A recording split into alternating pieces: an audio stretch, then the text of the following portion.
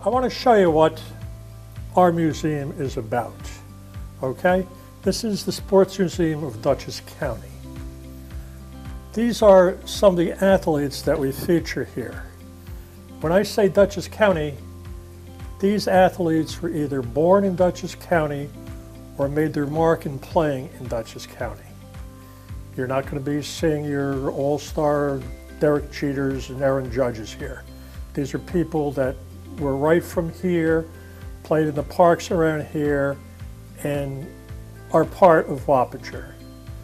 As you can see, there's Tyler Adams, and there's Richie Rinaldi, and some of the others that have played here, that have made this their home.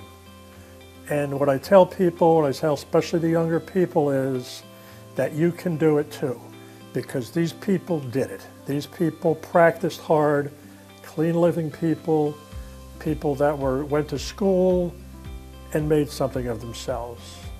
And what we're doing here at the museum, we feature them. This next year, we're going to be opening a whole room, an exhibit for women in sports in Dutchess County. That's something that we need artifacts from women. We need financial donations to help us along. And if you want to do either, get in touch with me, Bill Ponte. Phone number would be 473-0903.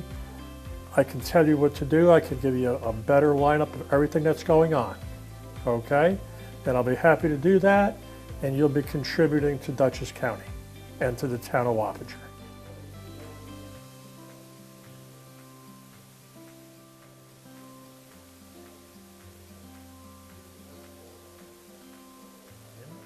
I want to show you some of the exhibits that we have.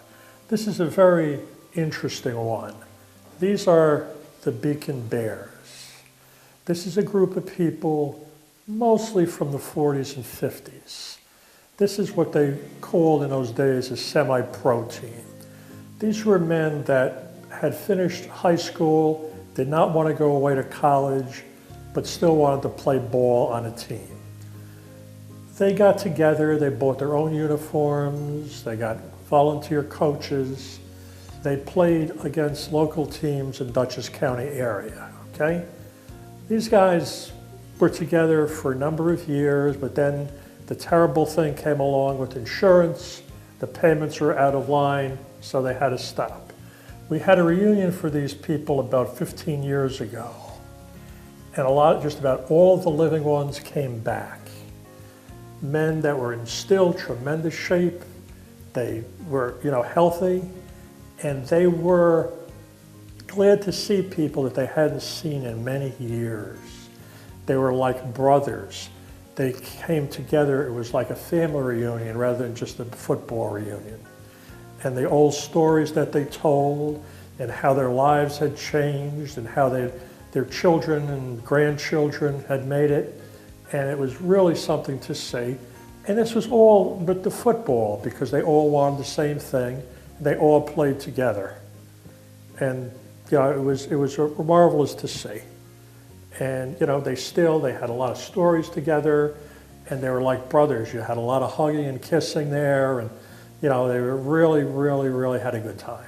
And I was very happy that the museum did something like that, because that's something that's far in between. They never have people like this anymore. These people all came together for one common cause. They were not doing it because they were in school or anything like that. They were coming together because they wanted to be friends. Monty Stickles. Okay. Over here, we have Monty Stickles.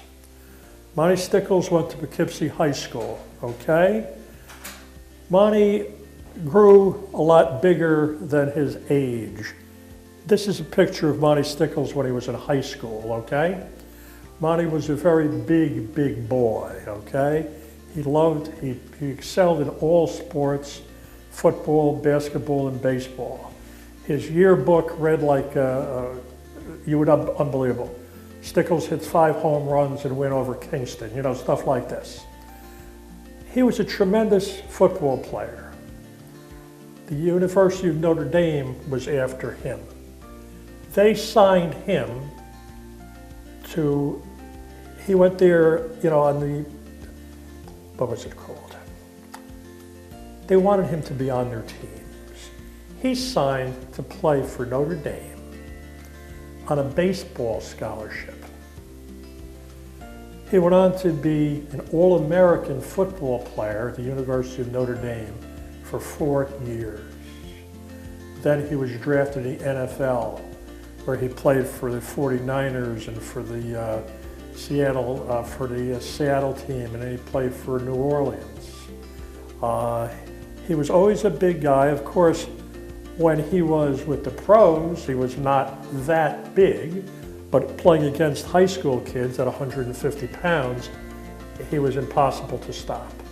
Monty, after his retirement, got into broadcasting on the West Coast, passed away a few years back, but by far the best football player in Dutchess County history.